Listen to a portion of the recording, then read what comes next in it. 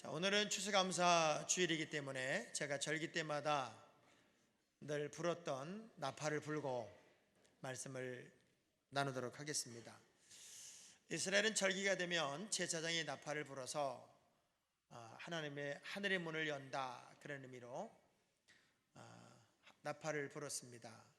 하나님의 은혜가 쏟아지고 또 막혔던 담이 열리고 문제가 풀어지고, 그래서 나팔을 불므로써 하나님의 임재를 경험하는 것을 했는데요. 추수감사 주일이니까 또 자주는 못하지만 한번 불어보겠습니다. 소리가 잘 나야 될 텐데 늘 걱정입니다. 이게 어떤 의미 있는 것도 아니고 불기만 하면 소리가 나는 것도 아니어서 그때그때마다 하나님이 은혜를 주셔야만 소리가 납니다.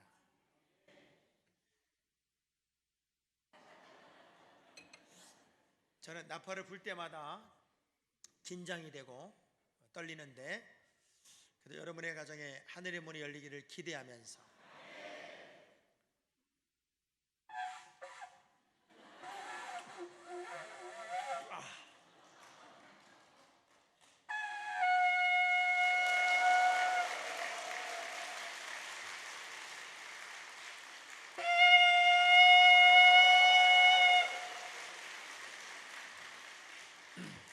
큰일 날 뻔했습니다. 처음에 안 나와서 1년에 한두 번 불기 때문에 소리 나는 게 기적입니다. 이번에 난 거 보니까 뭔가 좋은 일이 있을 것만 같아요. 자, 퀴즈를 내겠습니다. 먼저 퀴즈를 내고 말씀을 시작하겠습니다. 가장 맛있는 과일이 무엇일까? 첫째, 색깔이 아주 고운 과일, 정말 예쁜 과일. 두 번째, 잘생긴 과일. 어쩌면 과일이 이렇게 잘생길 수 있을까? 세 번째, 새가 쪼아먹은 과일. 잘 아시네요. 아무리 모양이 예쁘고 아무리 색깔이 고와도 새가 쪼아먹은 과일만큼 과일이 맛이 없대요. 인생을 살아가면서 화려하고 박수받고 인정받고, 그리고 단 한 번도 인생의 굴곡도 겪어보지 못한 사람의 삶이 아름다운 삶일까? 아니면 이리 쪼이고 저리 쪼였지만 그럼에도 불구하고 그것들을 다 넘어서 전천후 크리스찬이 된 삶이 아름다운 삶일까를 놓고 보면, 이렇게 저렇게 쪼임당하고 많은 상처를 받았음에도 불구하고 그럼에도 불구하고 오늘도 우뚝 서 있는 전천후 그리스도인들의 모습이 더 위대한 모습이고 아름다운 모습이라고 저는 믿습니다. 이스라엘 광야 생활 속에서 하나님이 그들에게 일사천리로 좋은 길만 열어주었고 맛있는 걸 주었고 필요한 걸 공급했고, 그리고 풍성한 양식과 풍성한 물을 주었다면 이스라엘의 아름다움은 없었을 거예요. 참 놀랍게도 광야를 진행하고 있는 이스라엘 백성들에게 시급한 것은 물이고 시급한 것은 양식이지만, 우리 하나님이 그들에게 그날 필요한 양식과 때로는 목마름을 허락하지만 필요하지 않을 것 같은 하나님이 준 선물은 불기둥과 구름기둥이었습니다. 이 불기둥과 구름기둥은 당장 필요한 것 같지가 않아요. 그런데 오늘 하루에 눈을 뜨면서 이스라엘 백성들에게 걱정이 뭐냐면, 어디로 가야 할까? 어떻게 살아야 할까? 어느 방향으로 가야 할까? 하나님이 준 선물은 순간적으로 먹고 배부른, 그리고 순간적으로 필요한 것을 공급하기보다는 그래도 눈을 뜨면 희망을 품고 희망을 안고 오늘을 살 수 있다라고 하는 그 설렘 있는 삶을 그들로 살게 한 구름기둥과 불기둥의 선물이 어쩌면 가장 큰 선물이었고 희망이었습니다. 여러분이 똑같은 삶을 사는데 그래도 희망을 가지고 산다, 그래도 꿈을 가지고 산다, 그래도 나에게 소망이 있다, 이것보다 복되고 아름다운 삶은 아마 없을 줄로 믿습니다. 40년 광야 생활, 좋은 길은 아니었고 풍성한 길은 아니었는데 하나님은 그들에게 끊임없이 희망으로 하루를 살도록 길을 열어줬음에도 불구하고 희망을 잃어버린 사람들, 그리고 꿈을 잃어버린 사람들은 그것이 죽는 길임을 뻔히 알면서도, 내 옆에서 죽어가고 있는 것을 뻔히 보면서도 40년 내내 불평을 하고 살더라고요. 근데 감사의 삶은 오늘도 우리를 사는 길로 만들고 희망으로 만들고 거룩한 꿈으로 만들어요. 저는 추수감사주일에 왜 이들은 불평하다가 죽어갔을까, 거기에 포커스를 맞추려고 하지 않아요. 다윗을 어찌 보면 찍혀버린 상처받은 다윗이 그럼에도 불구하고 감사의 삶을 늘 살았기 때문에 어떤 자리에 가도 그의 얼굴 속에는 감사의 얼굴이 있었고 감사의 표정이 있었기 때문에 저는 본문의 말씀을 선택해서 한번 따라합시다. 감사의 표정. 사람은 표정을 가지고 살거든요. 부정적인 표정이 있고 불평의 표정이 있고 감사의 표정이 있는데, 그 감사의 표정을 좀 함께 나누면서 우리가 평생 살아가는 동안에 정말 감사하는 표정이 여러분의 표정이 되기를 기대하며 말씀을 나누려고 합니다. 하나님이 이새라고 하는 집에, 이새라는 사람의 집에 사무엘 선지자를 보내요. 이유는 단 하나예요. 그 집에 가서 아들들을 다 모아서 그 아들들 중에 내가 지시하는 한 아들에게 기름을 부어 사울을 대신한 왕을 삼도록 해라. 그래서 사무엘 선지자가 이제 이새의 집에 가게 되었고 아들들은 다 불러지도록 요청을 했어요. 그 당시의 선지자는 하나님의 대리자예요. 그래서 하나님의 말씀처럼 선지자가 그 집에 들어간다고 하는 것도 기적 같은 일이지만 그 집에 들어가서 명령을 했으면 무조건 순종하고 무조건 따라야만 해요. 그런데 놀랍게도 이새는 8명의 아들들 중에 막내둥이 1명 다윗을 빼놨어요. 아주 쉽게 표현하면 다윗은 부름받지 못했어요. 선택받지 못했어요. 가장 중요한 자리에 그는 없어요. 얼마나 억울하고 얼마나 속상하고 얼마나 답답하고 얼마나 기가 막혔을까요? 나만 버림받았고 나만 인정받지 못했고 나만 사랑받지 못하는 신세, 그 순간, 그것이 느껴지는 그 순간 사람은 와르르 무너지게 돼 있어요. 유행한 단어 중에 이런 단어가 있어요. 달팽이 인간. 달팽이 인간이라는 말이 뭐냐면 이런 의미예요. 믿지 않고 상관하지 않고 대화하지 않는 유형의 사람들. 나는 버림받았기 때문에 누구와도 대화하지 않겠다, 누구와도 어울리지 않겠다, 누구와도 함께하지 않겠다, 달팽이 인간이 되어버리니까 숨어 들어간 거예요. 지금 다윗의 심정이 그거예요. 인정받지 못했다, 사랑받지 못했다, 내가 누구로부터 대접받지 못했다, 그것 때문에 달팽이 인간처럼 숨어 들어갈 그 환경이란 말이에요. 그런데 긴급하게 이 다윗이 부름을 받아요. 왜냐하면 7명 중에 한두 명 추려서 5명은 보내고 한두 명 가지고 하나님이 사무엘과 씨름을 하면서 누구를 선택할까 고민하게 한 게 아니에요. 7명의 이새의 아들은 다 잘났어요. 다 잘나서 쟤는 빼놓고 아예 몇 사람 추려서 할 만한 인물들이 아니라 다 잘났기 때문에 7명을 다 물었단 말이에요. 근데 그 자리에 다윗은 없어요. 응답이 없었던 그 순간 사무엘이 당황을 해서 그 이새에게 던진 질문이 한 명 또 있느냐, 혹시 또 있느냐를 물었을 때 이새가 사무엘서 16장 11절에 이렇게 얘기를 해요. 11절 시작. 또 사무엘이 이새에게 이르되 네 아들들이 다 여기 있느냐? 이새가 이르되 아직 막내가 남았는데 그는 양을 지키나이다. 사무엘이 이새에게 이르되 사람을 보내어 그를 데려오라. 그가 여기 오기까지는 우리가 식사 자리에 앉지. 자, 되게 웃기는 얘기예요. 7명 다 하나님께 물을 때까지 이새는 모른 척 하고 있었어요. 그래서 당황한 사무엘 선지자가 혹시 또 있어? 이렇게 물었을 때 이 아버지가 되게 웃기는 말이에요. 아직 한 명이 남아있대. 오고 있는 중도 아닌데 아직 한 명이 남아있다는 얘기를 했단 말이에요. 사무엘 선지자가 되게 화가 났어요. 그가 오기 전에는 내가 음식에 손도 대지 않으리라. 그렇게 아주 뒤늦게 잊혀졌던 아이로서, 버려졌던 아이로서, 인정받지 못한 막내등의 아들로서 아주 뒤늦게 하나님의 은혜를 따라 다윗이 부름을 받아요. 아버지가 데려다 놓지 않았는데 하나님이 부르게 하더란 말이에요. 여러분이 지금 여기 나와 앉아 있는 것이 우연 아닙니다.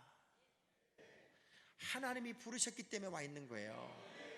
하나님이 찾으셨기 때문에 나 있는 거라고요. 그냥 내가 우연히 오고 싶어서 왔어, 그게 아니라 예배의 자리에 하나님이 임재하는 이 자리에는 우연이 아니란 말이에요. 우연처럼 가장한 하나님의 임재, 하나님의 부르심에 따라서 이 자리에 있는 거란 말이에요. 아버지도 못 불러요. 아버지도 안 불렀어요. 그렇게 인정받지 못한 자리에 부름받았을 때 그 자리를 딱 튀어들어오는 다윗의 얼굴이 볼따고 이렇게 튀어나온 게 아니에요. 화가 난 게 아니에요. 억울해하는 게 아니에요. 그 자리에 딱 튀어들어오는데 얼마나 즐거워하고 얼마나 감격하고 얼마나 기뻐하고 얼마나 싱거로운지 서운함도 없어요. 섭섭함도 없어요. 그냥 신바람 나는 얼굴로 다윗이 탁 튀어들어오는 거예요. 그 광경을 보고 사무엘 선지자가 평가한 세 가지가 피부가 붉고 눈이 빼어나고 아름답더라. 여러분, 누군가에 의해서 여러분의 얼굴이 보여져요. 근데 여러분의 얼굴이 뭔가 생기가 있고 의욕이 있고 상황적으로는 억울하고 속상하고 기가 막힘에도 불구하고 오히려 더 신바람이 나 있고 오히려 더 즐거워하는 그런 얼굴일 때 그 얼굴을 쳐다보는 사람은 행복해요. 우리 옆 사람 얼굴 한번 쳐다봐봐요. 여러분, 옆 사람을 행복하게 해준 얼굴인지 아니면 부부싸움하고 나와 앉은 얼굴인지. 자, 악수하면서 축복합시다. 얼굴만 봬도 힘이 납니다.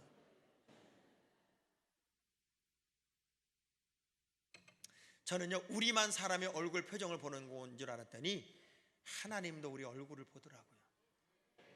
목회하면서 여러분 얼굴 보면 제가 다 알아요. 관상쟁이가 다 됐어요. 저 사람 지금 시험 들었다. 저 사람 지금 신바람 나고 있다. 저 사람 지금 은혜 받고 있다. 저 사람 지금 버티고 있다. 저 사람 지금 졸음과 싸우고 있다. 여러분 얼굴만 보면 다 알아요. 왜? 여러분 얼굴만 쳐다보고 28년이에요 제가. 근데 하나님도 시편 84편 9절의 말씀 보니까 우리 하나님도 얼굴을 들여다보고 있어요. 얼굴을. 시작. 주께서 기름 부으신 자의 얼굴을 살펴보옵소서. 우리 주님도 여러분의 얼굴을 구석구석 들여다보고요. 우리 하나님이 가인의 얼굴을 보면서 뭐라고 그랬나 보세요. 창세기 4장 6절의 말씀 보니까 시작. 여호와께서 가인에게 이르시되 네가 분하여 함은 어찌 됨이뇨 안색이 변화하면. 자, 얼굴이 변하는 걸 알아요. 이 얼굴을 통해서 그 사람의 마음의 상태를 보고 있다는 거예요. 자, 부름받지 못했어요. 인정받지 못했어요. 사랑받지 못했어요. 그러면 막 화가 나야 돼요. 그저 얼굴의 표정으로 나타나야 돼요. 그런데 다윗은 부름받지 못해도 인정받지 못해도 알아주지 않아도 하나님과 영적 코드가 맞기 때문에 그럼에도 불구하고 감사야. 늘 마음에 감사가 있어요. 감사하니 그 얼굴이 어떻게 됐나 보세요. 첫째, 피부가 붉고 이렇게 표현됐어요. 피부가 붉었다. 아버지가 나를 부르지 않았을 때 화가 난 아들은요 이렇게 생각할 수 있어요. 일 안 해. 에이씨, 비타민 C를 500도 팔고 1000도 팔아가면서 난 아들 취급을 안 해. 내가 그 자리에 가야 되는데 아버지가 나를 인정하지 않아. 양이나 돌보라고 안 해. 그리고요 그늘에서 틀어놓아서 양이 잡혀먹든 말든 도망가든 말든 안 해. 그리고 아마 아무 짓도 안 해서 얼굴이 뽀해졌을지도 몰라. 피부가 붉었다는 이야기는 그럼에도 불구하고 그는 일하고 있었다, 그 얘기. 일하고 있었다. 열정적으로 일하고 있었다, 그 얘기입니다. 여러분, 우리나라 흥부놀부 이야기 중에 천하에 배울 거 없는 사람이 흥부잖아요. 흥부 착하긴 한데 배울 게 하나 없어요. 자, 흥부 이야기 중에 이런 얘기가 있어요. 이놈은 일하기 싫어요, 일하기.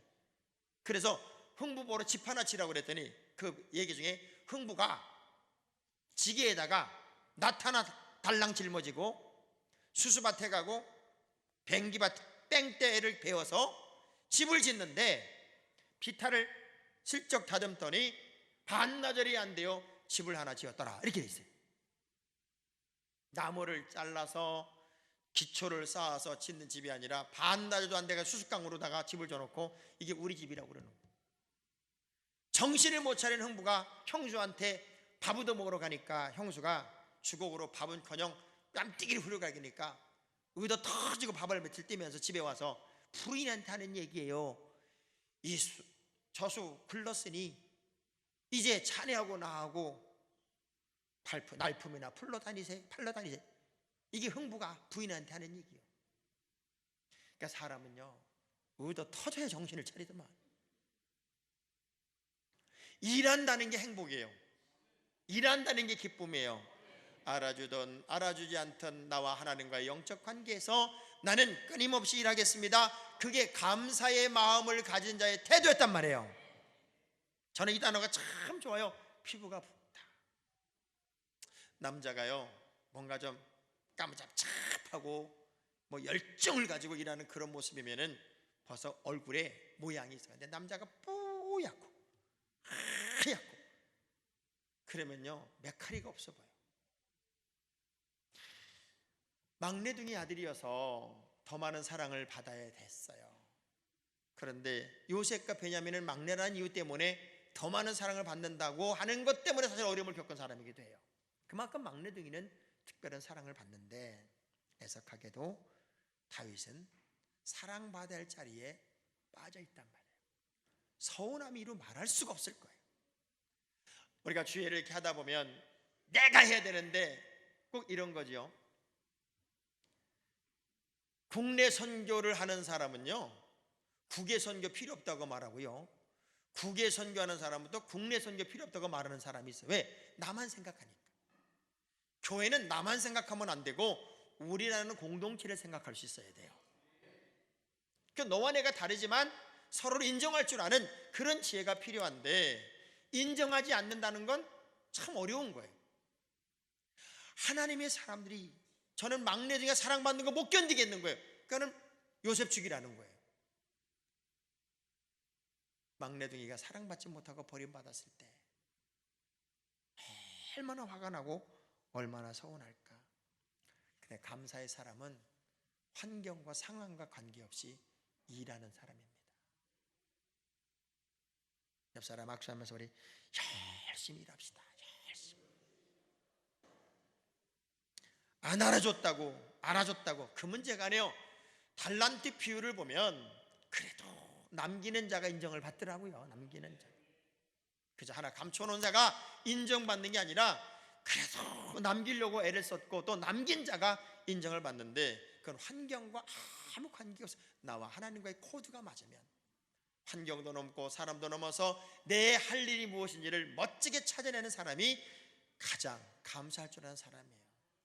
다윗은요, 양심에서도 감사하고 하나님께서 도망다니게 하는 환경에서도 감사하고 억울한 일을 당해도 감사하고. 왜? 사람 보면 실망하거든. 하나님 바라보면 희망이 생기거든. 그래서 다윗의 그 눈을 보니까요, 눈이 빼어났다. 눈이 반짝반짝 빛났다는 거예요. 사람은요, 눈에서 말해요. 눈으로 말을 하거든요. 지금 여러분 눈을 제가 보면 눈이 힘이 다 풀린 사람이 있고요, 어떤 사람은 눈을 제가 쳐다보면 막 저를 파먹을 것처럼 쳐다보는 사람이 있고요, 어떤 사람의 눈은 반짝반짝 빛이 나요. 우리 여기 두용철 집사님 계시지만 병원 가면요, 한의사들은 진맥부터 보지만 양의사들은 눈부터 이렇게 뒤집어. 눈의 건강이 다 들어있고 눈에서 모든 건강을 말하고 있단 말이에요. 여러분 말씀을 듣는 태도를 봐도요, 벌써 말씀의 은혜를 받는 사람은 눈이 반짝반짝 빛나고 저를 파먹을 것처럼 쳐다봐야죠. 근데 은혜가 없는 사람은요, 제발 좀 빨리 끝내세요. 아, 정말 배고파 죽겠어요. 그래서 마태복음 6장 22절의 말씀을 보면 눈이라는 게 얼마나 중요한지, 시작. 눈은 몸의 등불이니 그러므로 내 눈이 성하면 온몸이 밝아진대요. 다윗은 이미 소문을 들었습니다. 사무엘 선지자가 우리 집을 온다. 그리고 아들들은 다 모여야 한다. 그리고 그 아들 중에 누군가 한 명은 왕이 된다. 하나님이 기름 붓는다고 그랬다. 이미 다 알고 있어요. 그런데 아버지가 말합니다. 야, 막내, 너는 양봐. 넌 여기 오지 마. 아버지가 생각한 다윗은 왕감 아니었어요. 넌 왕감 아니야. 그러니 형들 팀에 괜히 껴서 헷갈리게 하지 말고 양이나 봐. 얼마나 억울했을까요? 보통 부모들이요, 자식 많은 집 부모들이 막내둥이는요 제일 잘났다고 생각해요. 저도 막내예요. 그래서 우리 어머니가 저를 특별히 사랑했어요. 식은땀 흘린다고 예비오지에 원기소를 저만 먹였어요.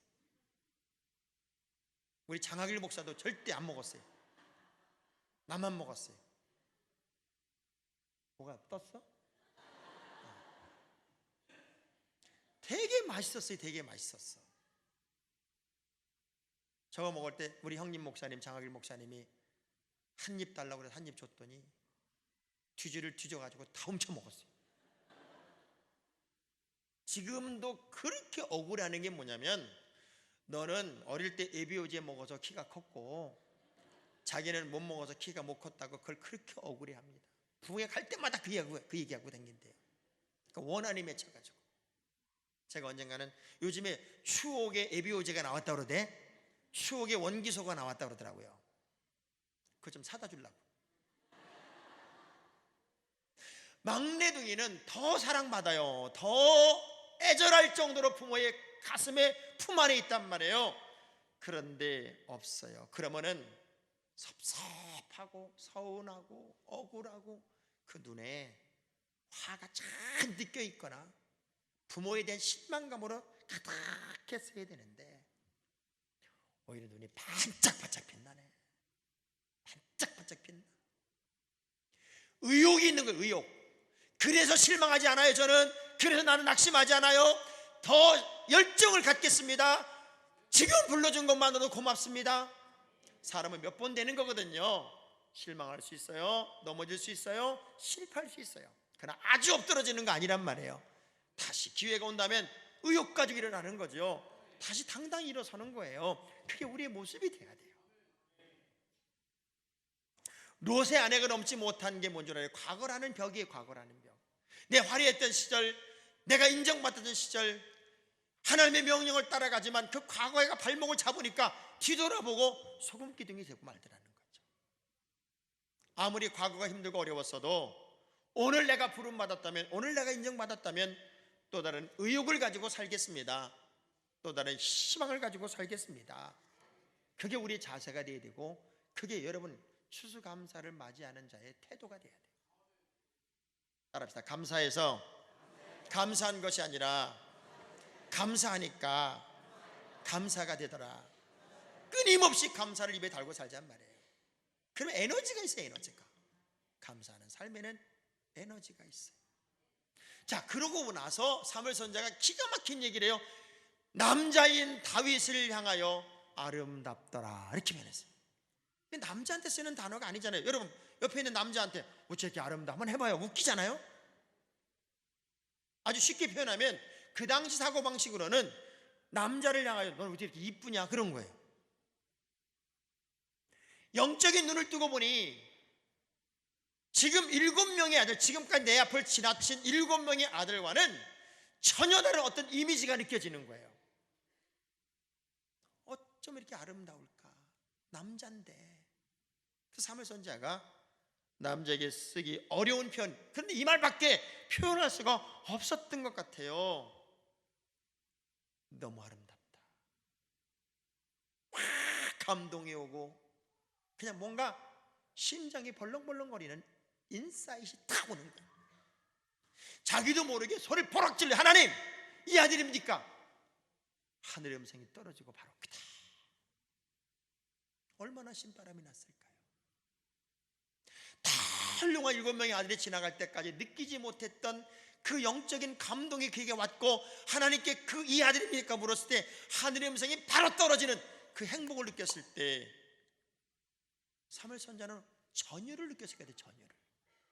왜 그런가 봤더니 그의 마음속에는요 환경, 상황 모든 조건을 넘어서 감사가 있어. 이것도 감사하고 저것도 감사하고 이래서 감사하고 저래서 감사하고 다 감사해요. 감사하는 삶의 얼굴, 표정, 눈빛, 행동 이 모든 것이 다 에너지가 넘치는 거예요. 그러니 그런 사람을 바라보는 주변의 사람은 어쩌면 저렇게 잘났을까? 어쩌면 저렇게 예쁠까? 어쩌면 저렇게 아름다울까? 우리 한번 축복을 한번 합시다. 옆 사람 손을 꼭 잡고 어쩌면 이렇게 아름다우세요? 어쩌면 이렇게 아름다워요? 얼굴이 고와서라기보다는 그의 삶 전체를 다 통틀어서 보니 그냥 내면 속에 울려 퍼지는 소리부터 그의 얼굴 표정부터 눈빛부터 가슴부터 삶의 열정부터 말하는 표현까지 버릴 게 하나 없을 만큼 그렇게 예뻐. 그러시는 환경이어서가 아니더란 말이에요. 시편 144편 12절의 말씀을 한번 보세요. 시작.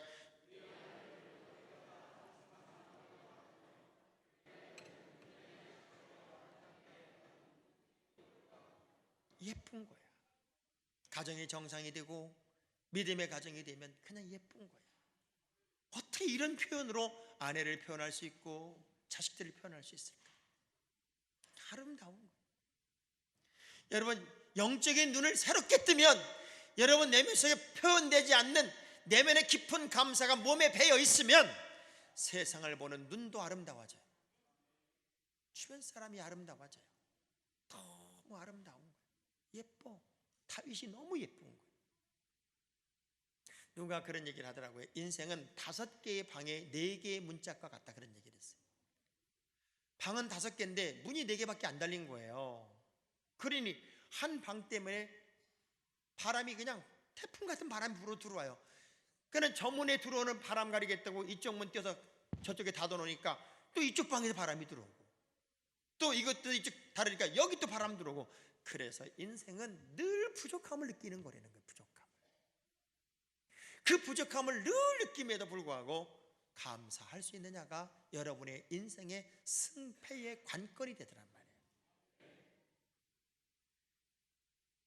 하나님이 강제적으로라도 절기를 정하고 우리에게 감사를 가르치는 이유는 그만큼 감사가 중요하기 때문에 그래요. 그래서 여러분 감사하는 얼굴은 달라요. 감사하는 표정은 달라요. 우리 성안교회 교인들은 돌이켜보면 지금 이 자리에 예배드리고 있는 게 꿈만 같잖아요. 구름이 떠 있는 것 같잖아요. 우리의 힘으로 이 하나님의 성전을 드릴 수 있다는 게 얼마나 좋아요. 다음 주에는 우리 교회 성전 입당을 축하하기 위해서 수백 명이 달려와요. 예수마을교회는 200명 온대. 유관재 목사님 성광교회는 100명 온대요. 그냥 친구 목사들이 다 달려오면서 깜짝 이벤트도 할 거래. 깜짝 이벤트. 뭘 할지는 저는 몰라요. 그렇게 봐서 살면 제가 잘못 산 건 아니죠? 모든 친구들이 모든 교회들이 그냥 축복하기 위해서 우리의 표정이 일그러져 있으면 안 돼요. 감사의 표정으로 살아야 돼요. 자, 요 설교를 듣고도 인상을 쓰면 안 되니까 활짝 웃으면서 웃는다는 건 이 입꼬리만 위로 당기면 되는 거예요. 자, 활짝 웃으면서 표정 좋습니다. 한번 인사해 볼까요? 시작. 표정 좋습니다. 이 감사의 표정. 천하 일생 미인이라도요 안 웃어봐요. 배기 싫어요. 인상 쓰고 있으면 사람이 곁에 붙을 수가 없어요. 다윗의 최고 장점은 환경, 상황, 모든 문제를 넘어 그럼에도 불구하고 나는 감사하고 살겠습니다.